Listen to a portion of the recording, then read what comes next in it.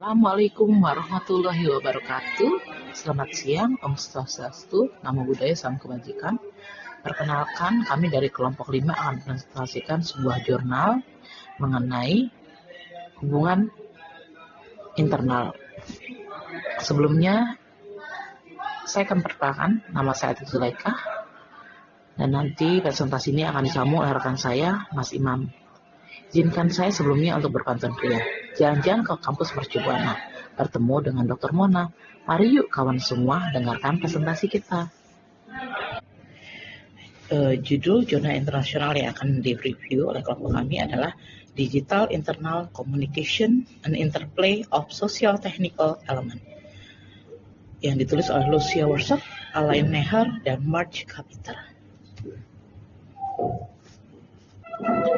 Latar belakang dari jurnal tersebut, menurut Murray 2013 dan Rock and Man tahun 2021, penelitian menunjukkan bahwa komunikasi internal atau internal communication sangat penting untuk hasil organisasi. Menurut Peter, Shalom, Williams, and Hale, penerapan teknologi informasi dan komunikasi atau TIK selama beberapa dekade terakhir ini telah mengubah organisasi sebagai bagian dari perekonomian dan masyarakat. Transformasi digital yang sebelumnya dikonsepkan sebagai digitalisasi mengacu pada transformasi teknologi dari analog ke digital ketika didefinisikan sebagai digitalisasi dan mencakup perubahan mendasar pada model dan proses bisnis berdasarkan inisiatif digitalisasi. Jadi semua organisasi sekarang melakukan digitalisasi.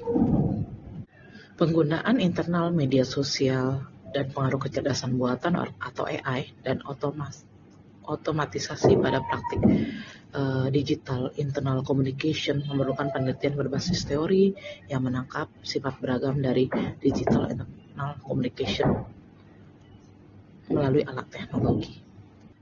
Menurut Flanagan, Walker, Simonson, dan Heidi, visi yang berfokus pada teknologi gagal karena tidak mencakup sisi perangkat lunak manusia. Digital International Communication termasuk proses making interaktif, informasikan tindakan, dan menciptakan integritas organisasi. Untuk Mann, Rinke, dan Gurzi,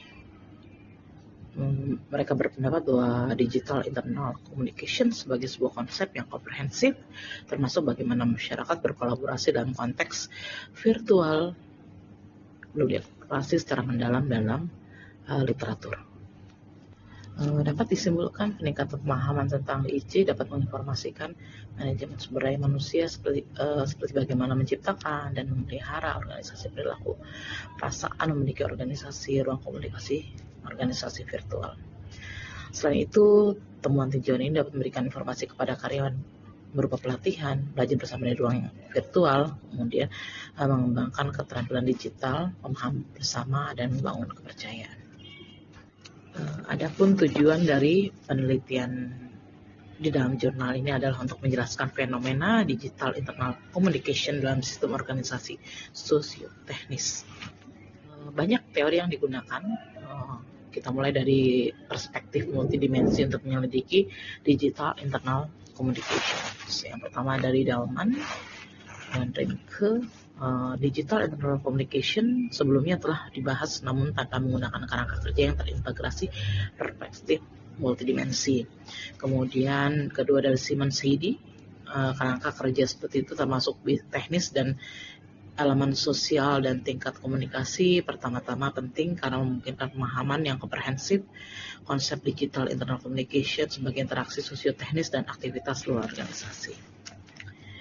Yang ketiga dari Zalabak, Simmons, Heidi, kedua literatur yang ada menggambarkan digital internal communication sebagai fungsi manajemen strategis dan bukan sebagai sarana untuk mencapai tujuan-tujuan, yaitu orang-orang yang berhubungan satu sama lain sebagai landasan reproduksi dan keberlanjutan organisasi. Kemudian empat dari Sin and Rock, bahwa konseptual DIC memiliki fokus manusia yang kuat berkaitan dengan pentingnya kepercayaan, khususnya mengingat isu-isu yang datang seperti adanya realitas virtual dan AI atau intelijensi buatan sebagai bagian dari praktik tempat kerja organisasi tersebut. Selanjutnya, teori yang digunakan berdasarkan akar dari digital internal communication adalah internal communication itu sendiri. Pertama dari WordSec, memahami digital internal communication sebagai evolusi dari internal communication sebagai konstruksi yang berpusat pada manusia, membantu menangkap pentingnya aspek sosial dalam komunikasi usaha.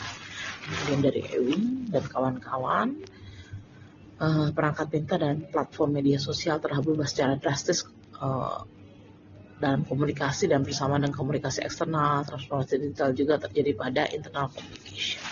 Kemudian Sofrek, ada kesamaan antara digital internal communication dengan internal communication yang mencakup berbagai komunikasi formal, misalnya dengan dialog dengan manajemen kepada seluruh karyawan, hingga kadang-kadang ada komunikasi informal, yaitu bagus.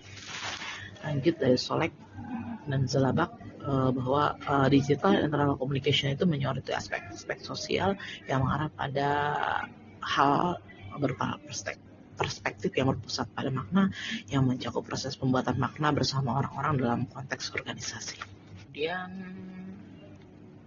teori yang digunakan juga menggunakan pendekatan sosioteknis untuk mendefinisikan digital internal communications.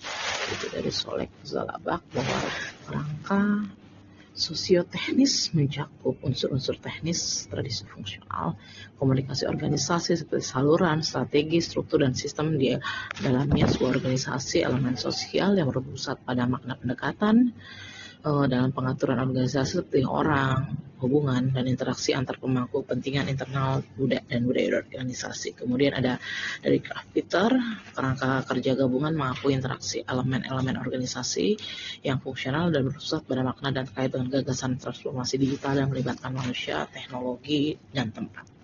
Kemudian juga ada dari Ewing, misalnya saja, yang memperkenalkan media sosial internal sebagai platform komunikasi digital international communication. Tujuannya adalah sarana pemberdayaan yang efektif dan partisipasi. Kemudian ada dari 2G Kanong, ya. Oleh karena itu membahas bahwa penggunaan sistem e-learning untuk mendukung digital internal communication dalam hal kolaborasi dan budaya organisasi. Kemudian ada alat yang digunakan secara online terbukti meningkatkan praktik digital internal communication, terutama dalam proses perubahan organisasi. Yang pertama itu dari Bill Jackson, mirip dengan internal communication, bahwa digital internal communication dapat dikonsepkan menggunakan tingkat komunikasi yang menunjukkan dampak alat digital pada individu, hubungan mereka dengan orang lain, dan budaya organisasi. Kemudian literatur juga menawarkan internal communication matrik internal communication yang mendefinisikan dimensi dan level menurut berbagai pemangku kepentingan, baik itu karyawan, supervisor, kolega dalam tim, kelompok proyek, dan manajemen yang strategis. Kemudian dari Rusek dan Thompson dan kawan-kawan, kerangka kerja lainnya mengusulkan beberapa tingkat komunikasi seperti tingkat interpersonal, intrapersonal, kelompok, dan budaya, atau menambahkan kerangka tingkat komunikasi massa di seluruh masyarakat. Dari Berges dan kawan-kawan, menariknya budaya organisasi sebagai elemen kunci dari realitas organisasi berubah ketika organisasi menggunakan teknologi digital. Yang terakhir dari King and Brooks, ya, bahwa kita telah menyadari pentingnya penggunaan perspektif multidimensi yang berpusat pada manusia untuk menyelidiki digital internal communication. Kemudian penelitiannya menggunakan studi literatur integratif ulasan sebagai metodologi dikomunikasikan dengan kehidupan and people. Analisis, ya, yang digunakan sebagai template tematik sebagai metode untuk memeriksa kumpulan data dari 79 penelitian yang masih penelitian dalam digital internal communication. Selanjutnya, metodologi penelitian. Menurut Grant Smith, McDonald, dan kawan-kawan, tinjauan literatur yang digunakan sebagai metode penelitian untuk menyelidiki tema di bidang organisasi dan hubungan antar mereka. Kemudian selanjutnya dari Gradwell, Mokral, dan kawan-kawan, tinjauan literatur tersebut menggunakan pendekatan sistematis, yaitu pendekatan naratif, pendekatan induktif, mengikuti pedoman teori dasar, dan analisis isi kuantitatif. Lanjut dari Toreko, bahwa tinjauan literatur itu yang digunakan adalah tinjauan literatur integratif, memungkinkan peneliti untuk meninjau, mengkritik, dan mensintesis literatur yang representatif tentang suatu topik dengan cara mengintegrasikan sehingga kerangka dan perspektif baru tentang topik tersebut dihasilkan.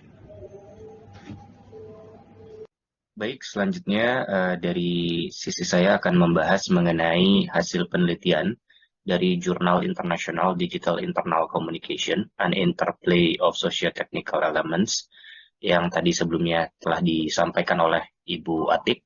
Jadi kalau untuk hasil penelitian dalam jurnal ini sendiri, tidak hanya memberikan pemahaman yang mendalam ya bagi kita tentang dinamika komunikasi internal dalam konteks digital, tapi juga memberikan panduan praktis ya bagi kita sebagai mahasiswa Magister Ilmu Komunikasi maupun in general untuk para pelaku praktisi komunikasi di perusahaan untuk meningkatkan kinerja komunikasi mereka di era digital saat ini. Nah, berikut beberapa penjelasan mengenai hasil penelitiannya. Poin pertama yang di-highlight adalah mengenai pentingnya dimensi multidimensional. Nah, ini menekankan pentingnya memahami komunikasi internal itu dalam konteks yang multidimensional dari berbagai aspek gitu. Salah satunya adalah dalam aspek-aspek tingkatan komunikasi intrapersonal, interpersonal, dan juga organisasional. Nah, ini menunjukkan bahwa dalam era digital, komunikasi internal itu nggak hanya tentang alat atau teknologi yang kita gunakan gitu dalam mengkomunikasikan, tapi juga erat hubungannya dengan budaya, dinamika organisasional, dan juga hubungan dengan target komunikasi yang hendak disampaikan. Poin yang kedua adalah mengenai peran teknologi dan juga manusia. Nah, ini menyoroti interaksi yang kompleks ya antara elemen-elemen teknis, jadi seperti saluran komunikasi digital yang digunakan, kemudian juga elemen-elemen sosial seperti budaya organisasi yang diterapkan atau berlaku di dalam suatu perusahaan dalam membentuk komunikasi internal. Nah, ini menekankan bahwa keberhasilan komunikasi internal digital itu nggak hanya bergantung pada kecanggihan teknologinya, tapi juga pada pemahaman dan juga keterlibatan manusia-manusia di dalamnya yang melakukan komunikasi internal secara digital.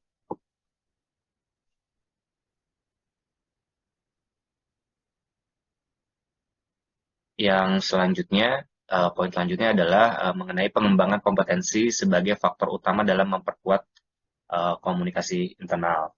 Nah, ini jadi sebenarnya menyoroti bahwa sebuah perusahaan itu sudah seyogyanya harus berinvestasi dalam pelatihan dan juga pengembangan keterampilan digital bagi karyawannya. Dalam hal ini adalah pengetahuan-pengetahuan soal komunikasi digital, kemudian juga optimalisasi dari teknologi digital yang digunakan, itu untuk menghadapi tantangan-tantangan komunikasi dalam era digital. Nah, yang selanjutnya adalah peran kepercayaan dalam meningkatkan kinerja komunikasi internal dalam lingkungan digital. Jadi, kepercayaan itu memiliki peranan kunci dan sangat kuat memungkinkan individu untuk dan juga organisasi itu saling berinteraksi secara efektif, berbagi informasi dan juga berkolaborasi ya, yang pada gilirannya ini dapat meningkatkan kualitas dan juga efisiensi dari komunikasi internal yang dilakukan. Kemudian yang terakhir adalah implikasi praktis dalam konteks manajemen organisasi. Nah, di jurnal ini juga terdapat saran-saran tentang bagaimana organisasi itu dapat meningkatkan komunikasi internal mereka melalui pengembangan kompetensi digital, kemudian yang kedua adalah membangun budaya kepercayaan dan juga penggunaan teknologi yang tepat sasaran. Baik, selanjutnya pembahasan-pembahasan dalam jurnal ini kami rangkum dalam 3 poin utama. Ya, mungkin sebelumnya juga sempat di-mention bahwa dalam jurnal ini tuh sangat menyoroti persoalan mengenali sosio dan teknis dalam komunikasi internal. Jadi teknologi digital itu nggak hanya mempengaruhi cara kita komunikasi, tapi juga memainkan peran yang penting dalam membentuk budaya dan struktur organisasi. Dalam konteks ini adalah budaya komunikasi internal dalam sebuah organisasi atau perusahaan. Kemudian interaksi antar elemen-elemen sosial tadi seperti budaya organisasi, interaksi antar perseorangan di dalam organisasi, dan juga elemen-elemen teknis seperti platform digital yang digunakan, alat komunikasi apa yang digunakan. Itu sangat menentukan dalam membentuk dinamika komunikasi internal dalam sebuah perusahaan. Jadi dua elemen ini baik sosial maupun teknis itu harus dikolaborasikan sedemikian rupa untuk bisa mencapai tujuan komunikasi internal perusahaan secara efektif dan baik. Kemudian yang poin kedua adalah pengembangan kompetensi digital bagi individu dan organisasi. Seperti yang sempat di-mention pada slide selanjutnya bahwa perusahaan itu diharapkan bisa memberikan investasi dalam pelatihan dan pengembangan keterampilan digital kepada para karyawan ya, guna meningkatkan kemampuan organisasi dalam beradaptasi dalam perubahan teknologi, memperkuat kualitas komunikasi secara internal yang ujungnya adalah demi tujuan perusahaan secara general. Dan yang ketiga menekankan mengenai peran sentral kepercayaan digital dalam keberhasilan komunikasi internal digital. Nah, kepercayaan yang kuat di dalam sebuah organisasi, baik itu antar individu, antar tim, kemudian juga antar organisasi di dalamnya, itu merupakan fondasi yang penting untuk kolaborasi yang efektif di dalam sebuah organisasi, di mana itu bisa menciptakan pertukaran informasi yang lebih terbuka, kemudian juga adanya willingness dari sisi karyawan untuk bisa berkolaborasi satu sama lain dan seterusnya. Yang pada akhirnya adalah bisa mencapai tujuan atau kesuksesan komunikasi dalam lingkungan digital. Kemudian pendapat dari kelompok kami terhadap jurnal ini adalah kita put beberapa hal yang menarik ya. Yang pertama, kita melihat bahwa jurnal ini tuh memberikan pemahaman mengenai pentingnya memahami peran teknologi ya dalam membentuk interaksi manusia. Jadi interaksi manusia maupun teknologi itu memiliki keterhubungan yang sangat erat. Kemudian bagaimana komunikasi internal itu dapat ditingkatkan melalui pengembangan kompetensi gitu ya. Jadi beberapa kali kami mention bahwa perusahaan itu harus melakukan sebuah upaya-upaya untuk dapat meningkatkan kualitas komunikasi internalnya mereka gitu dengan melakukan salah satunya adalah pengembangan kompetensi dalam hal digital. Misalnya kita bisa menggunakan platform-platform digital seperti Slack ataupun Google Meet atau dan yang lain-lainnya yang itu kira-kira bisa meningkatkan baik secara kualitas maupun secara efektivitas daripada komunikasi yang dilakukan di sebuah perusahaan. Kemudian juga pentingnya membangun kepercayaan dalam lingkungan digital di sebuah organisasi. Nah, dan yang poin yang tidak kalah pentingnya adalah jurnal ini juga memberikan pandangan yang lebih kaya tentang kompleksitas komunikasi internal dalam era digital yang terus berubah. Nah, ini sebenarnya menjadi landasan yang sangat kuat gitu ya bagi penelitian selanjutnya mengenai pengembangan praktik terbaik yang bisa dilakukan dalam bidang komunikasi internal ini. Ya, mungkin sekian presentasi dari kelompok kami mengenai hubungan internal. Semoga dapat memberikan pemahaman yang komprehensif kepada teman-teman mengenai poin hubungan internal ataupun komunikasi internal dalam konteks jurnal ini adalah komunikasi internal digital. Atas perhatiannya kami mengucapkan terima kasih dan juga jika ada kekurangan kami mohon maaf. Untuk selanjutnya mungkin teman-teman nanti bisa memberikan komentar, pendapat, masukan, pertanyaan ataupun sanggahan terhadap materi yang kami sampaikan. Kurang lebihnya terima kasih. Wassalamualaikum warahmatullahi wabarakatuh.